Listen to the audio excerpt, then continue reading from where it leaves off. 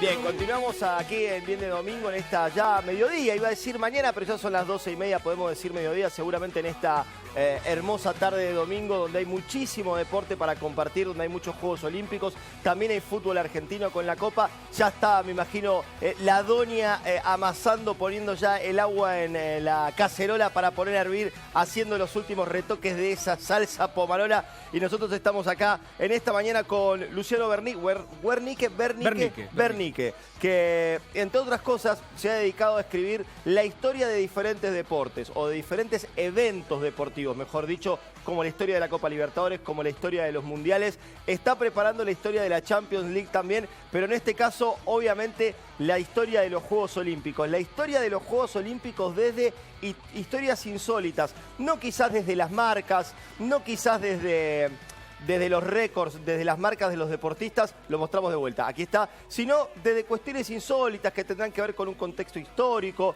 o con situaciones de color con cada uno de los deportistas. Luciano, buen día. Bueno, buen día, gracias por la invitación. No, por favor, todo lo contrario. Recién charlábamos fuera de cámara que recordaba claramente que para la época del Mundial de Brasil 2014 también habíamos estado aquí en C5N, en ese caso con el libro de los Mundiales, ¿no? Y ahora el libro de los Juegos Olímpicos, las historias insólitas. ¿Qué significa una historia insólita de los Juegos Olímpicos? Y ya enseguida nos vamos a meter una que sucedió hace unos minutos. Claro, como esta que vas a presentar. Sí. Significa que, como bien vos decís, hoy en día los récords se fueron quebrando a lo largo de las distintas competiciones y figuran en la página del Comité Olímpico. Exacto. Lo que yo rescato aquí son historias que explotan cuando se juntan tantas culturas, tantos países, con contextos políticos a lo largo de todo el siglo XX que fueron bastante bravos. Y por ejemplo, tenemos un corredor, un atleta, ¿no? Un fondista francés que se emborrachó durante los Juegos Olímpicos de Londres 1908. Después de clasificarse para la final, fue a un pub, empezó a tomar, terminó agarrándose a trompadas con algunos ingleses, terminó preso y perdió la carrera por estar en prisión en ese momento. No pudo correr por el la despelote final que había hecho. No pudo correr la final. Tenés el caso de un húngaro que era el mejor tirador con pistola de Europa antes de la Guerra Mundial. Durante la guerra pierde una mano por una granada defectuosa que tenía que lanzar, ¡pum!, le explotó en la mano, perdió la mano, empezó a educar la mano izquierda. Sí. Y en los Juegos de Londres 48 ganó el oro, tirando con la mano inhábil, digamos. Historias como esta hay un montón. Como esas hay, sí, más de 400, 500 historias. Ahora te voy a preguntar algunas, quiero sacarme algunas dudas de ciertos mitos, leyendas, si son verdades o no. Vamos. Pero vamos a meternos ahora en lo que le sucedió a Juan Martín del Potro hace minutos nada más. Habrán escuchado hablar en la previa de estos Juegos Olímpicos que tanto la Villa Olímpica como algunas de las instalaciones deportivas no estaban del todo apuntaladas o bien terminadas, que había algunas fallas, algunos errores de construcción o sobre todo detalles que no estaban bien cuidados en la Villa Olímpica y en diferentes lugares donde se van a estar desarrollando las distintas competencias. Ejemplo, la Bahía de Guanabara, con una gran preocupación por la contaminación de sus aguas, donde van a estar desarrollándose deportes de bote, de vela y también de nado a cielo abierto o a aguas abiertas. Pero miren lo que le pasó a Juan Martín del Potro hace minutos nada más. Un Juan Martín del Potro que hoy va a estar disputando su partido inaugural en singles, nada más y nada menos que con Novak Djokovic. Se quedó encerrado, mis amigos, se quedó encerrado. ¿En dónde? En el ascensor, sí, en el ascensor de la Villa Olímpica. Estuvo aparentemente unos 40 minutos allí. ¿Quiénes lo rescataron? Usted me dirá, y apareció el BOPE, la seguridad brasileña, apareció la PM. No, apareció el equipo de los gladiadores, sí, el equipo del handball masculino, que justamente va... Esta está para el próximo libro. Lo hacen a propósito. Para darte letra, para darte historias. Lo rescataron los muchachos del handball masculino que van a estar justamente también debutando hoy, dentro de un ratito nada más, quizás hasta le diría, porque creo que alrededor de las 2:30 de la tarde o por allí va a estar debutando el equipo de los gladiadores. Y la cara de Juan Martín del Potro lo dice todo, ¿no? Un poquito, yo diría casi una cara de aburrimiento y de embole, como diciendo, mirá, justo hoy que tengo que estar concentrado para este gran partido, lo que me pasa de quedarse encerrado 40 minutos allí en el ascensor. Bueno, historias que tienen que ver también con las cosas de color que pueden llegar a pasar en un Juego Olímpico. Yo me puse a buscar algunas historias y hay una que te quería preguntar, que habla de Cassius Clay o Muhammad Ali. ¿Es cierto que él tira una medalla porque no lo dejan entrar a un restaurante? Es verdad, es verdad. Él gana la medalla de oro en boxeo, peso completo, en Roma 1960. cuando regresa a su patria, él vivía en Kentucky, si no me equivoco, en Louisville, iba como chico con juguete nuevo, con la medalla colgando por todos lados. Quiso invitar a la familia a un restaurante y en la puerta dijeron, no, acá gente de color no puede entrar. ¿Cómo no? Pero yo soy campeón. No nos interesa. Campeón olímpico no nos importa. Usted es negro. Acá entran solo blancos. Se agarró una calentura tal que se sacó la medalla, fue al río y la arrojó. Y nunca más se recuperó. Bueno, así que es cierta la historia. Un tipo, bueno, estaba un poco transgiversado. Yo tenía otros datos, pero está perfecto que justamente vos sepas de esta historia para contarla exactamente cómo fue. Y esto, más la guerra de Vietnam después, todo esto fueron elementos que él fue lamentablemente absorbiendo, pero que lo metieron en la lucha a favor, digamos, de la integración de la gente de raza negra en Estados Unidos. Totalmente. En toda esa época que, bueno, evidentemente no tenían los mismos derechos que los blancos.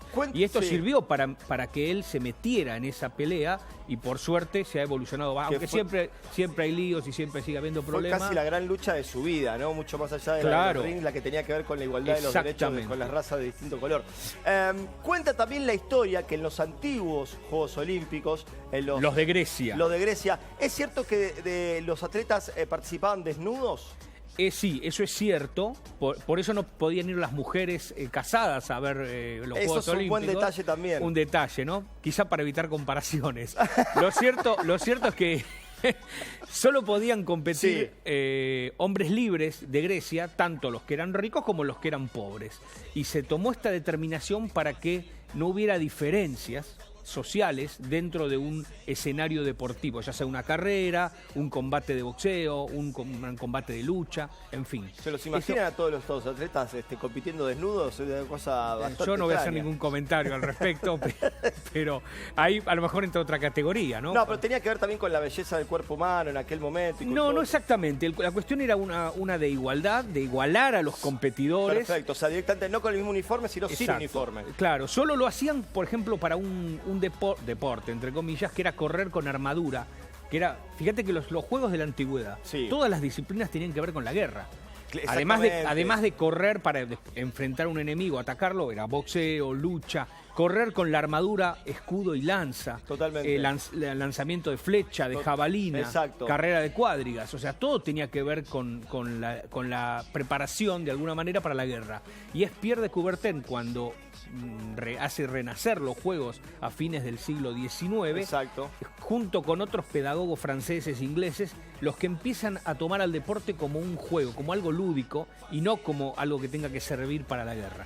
De hecho, durante todo el medioevo, lo que era deportivo, lo que se conocía como deporte, era todo también preparación para la guerra. De hecho, el fútbol estuvo prohibido en Inglaterra porque los reyes preferían que los chicos practicaran lanzamiento con flecha, con lanza, pelea, y no patear una pelota que ellos creían que no servía para nada. Y podemos entrar así también como que los primeros deportes, entre comillas, o espectáculos, tenían que ver con los gladiadores también, ¿no? También, sí, pero también tenía que ver con, ahí no se perdía solamente una pelea, se perdía la vida, exactamente. Claro. Contame un poco lo que sucedió en 1980, bien digo, en los Juegos de Moscú, donde, por ejemplo, Argentina fue el primer Juego Olímpico y casi el único que no participó. Y eso tuvo que ver con un boicot de varios países. Claro, en medio de la Guerra Fría le toca organizar los Juegos a Moscú y Estados Unidos, con una excusa cualquiera, un problema en Afganistán que hubo político, en el que se metieron los rusos para apoyar determinada posición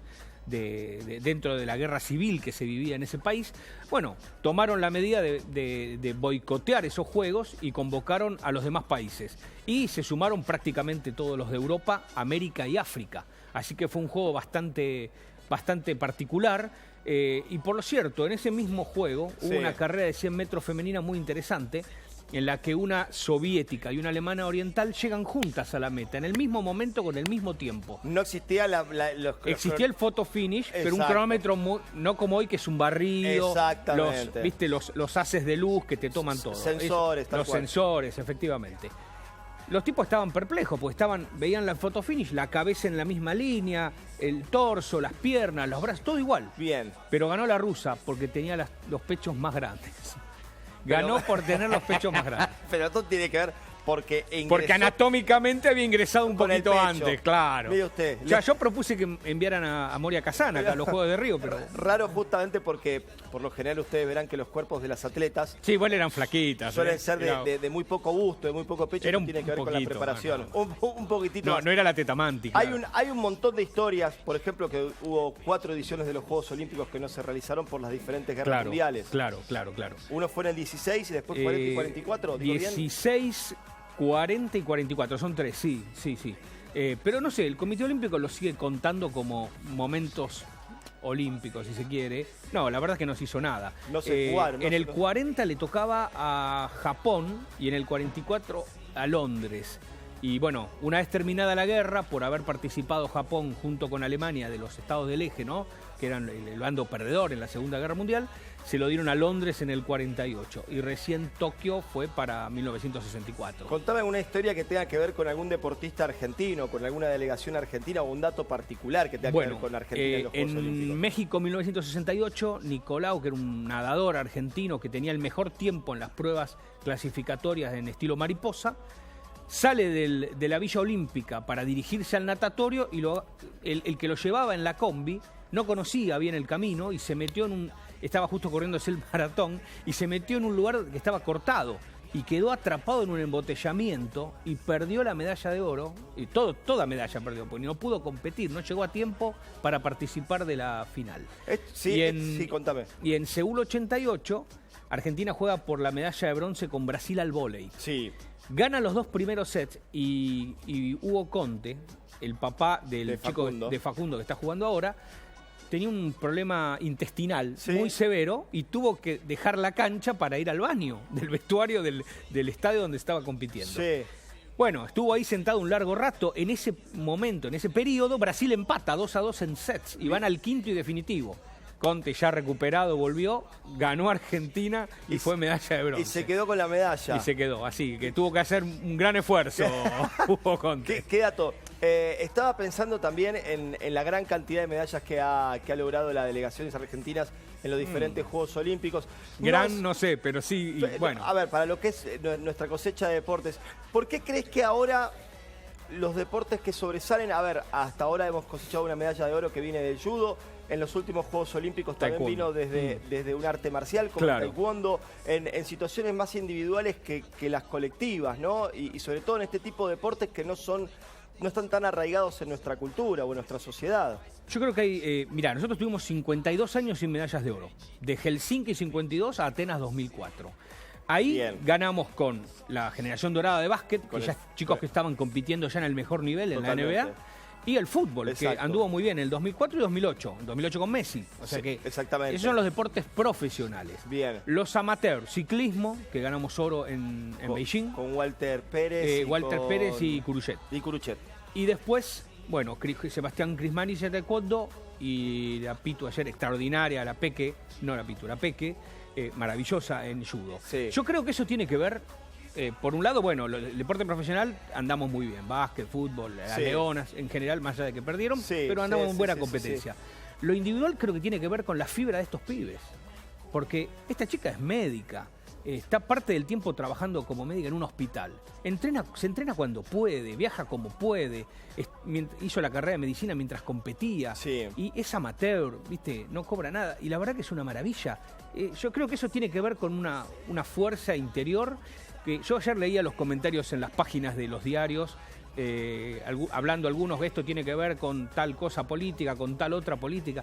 Yo creo que esta chica gana y está ahí con la medalla de oro por todo el esfuerzo que puso. Más allá de cualquier gobierno, más allá de cualquier cosa, desde ya. Es la voluntad, la garra, la fuerza y el talento, desde luego. Es cierto que hay otro apoyo ahora, y yo siempre lo voy a remarcar desde el ENAR, hay un apoyo que antes no existía. Ha mejorado. Y que ayuda y mucho. Por eso después de 52 años de sequía, ya van 4 juegos en los que Argentina gana medalla de oro. Por lo menos uno. Eso también es cierto. Y Sebastián Crismanich destacó ese apoyo, porque él vino desde Corrientes y estuvo mucho tiempo entrenándose en el CENAR también. Totalmente. Y ese apoyo se nota que hay una mejora. Mascherano es el único argentino que tiene 2 medallas de oro. No, hay un polista que también. Argentina tiene 2 medallas de oro en el 32 y 36 en Berlín. Bueno, hay uno que era suplente, pero tiene la medalla de oro, estuvo en el plantel, digamos.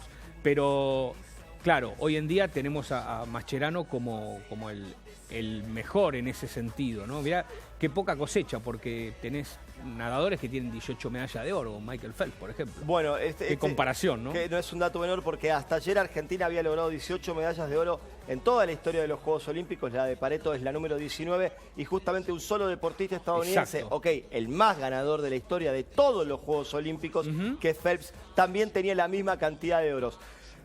Quiero que me cuentes la número 1, ¿no? Porque se la tiene que quedar en el imaginario quien quiera realmente aprender un poco de los Juegos Olímpicos y sobre todo estos datos. Pero contame la número 2 del libro para tener una de las anécdotas más ricas que pueden encontrar acá. Bueno, a mí me gusta la historia de un lanzador de disco, un discóbolo húngaro que tenía 2 penes. Y usted me dice, ¿cómo es eso? Usted se ríe. No, pero fue así. Ganó en Atenas 2004. Sí. Y esta no es la mejor, ¿eh? La mejor anécdota. ¿Pero cómo que tenía 2 bueno, penes? tiene una explicación, por supuesto. Ganó en Atenas 2004 el oro. Sí. Le dan la medalla, el himno, todo bárbaro. Ganó este húngaro. Cuando va al control antidoping, este hombre se corre un poquito el pantaloncito, saca un pene y empieza a llenar de orina el frasquito. Y el médico le dice, no, momentito, usted sabe que tiene que estar completamente desnudo para esto. No, que sí, que no. Bueno, se desnuda y tenía el pene natural y uno de goma lleno de orina de otra persona porque el tipo estaba con droga por todos lados, ¿viste? Hasta el pelo tenía droga. Es todo un tema, ¿no? Y fue descalificado, Es todo un tema. ¿Cuánto le quita a estos Juegos Olímpicos que la delegación rusa haya estado tan mermada, sobre todo en sus atletas? No sé si le quita. En realidad tienen que estar estos controles. Y no es algo nuevo, ¿eh? No. Ya desde 1904, en el maratón de San Luis, a un atleta, vino un médico que lo estaba acompañando, digamos, a este corredor y le quiso inyectar un producto y el tipo casi se muere ahí mismo en el camino. En Roma, en 1960, un ciclista danés también estaba drogado y murió durante la carrera. ¿Es cierto que un maratonista una vez hizo un trayecto en transporte público? No, en auto. Claro, ahí mismo, el ganador del maratón. ¿Qué pasaba? En esa época los Juegos Olímpicos se hacían muchas veces con ferias, lo que llamaban las ferias mundiales, en las que se presentaban distintas innovaciones tecnológicas y cosas así. Ford presenta un auto y acompaña a los maratonistas en el recorrido. Y uno vivo hizo dedo, se subió al auto, se bajó faltando nada, 1 kilómetro para el estadio y llegó, ganó, la gente lo aplaudía, pero pará, lo buchonearon y evidentemente el tipo fue descalificado, no ganó la competencia. Realmente hay un montón de anécdotas si uno se mete un poco en la trama de cada uno y en la historia de cada uno de los Juegos Olímpicos. Hay historias de este tipo que realmente merecen ser contadas. Y que te muestran además el contexto, por supuesto, se dan en un contexto político, social, cultural que trasciende lo deportivo. Totalmente. Y que me parece mucho más interesante que conocer el resultado de cada prueba, que son números nada más, y además están en la página del Comité Olímpico, en la página de internet, ¿no? Lo lindo justamente, del Comité Olímpico. Lo vuelvo a mostrar, Luciano Bernique con su libro Historias Insólitas de los Juegos Olímpicos, realmente recomendable. He leído los otros y tiene historias que vale la pena realmente conocer. Bueno, y ahora vas a leer este. Gracias, realmente. Nos vamos a ir a agradecerte, Luciano, por favor. Siempre está bueno, más allá de la parte cruda, de la parte fría o del deporte mismo en sí, poder saber más de la historia de cada uno de los Juegos Olímpicos. Vamos a ir a una breve pausa en este Bien de Domingo y ya en un ratito nada más, así, son 2-3 minutos, seguimos con más actualidad y todo lo que está pasando en esta linda jornada, donde además de un montón de cosas, también habrá muchísimo deporte.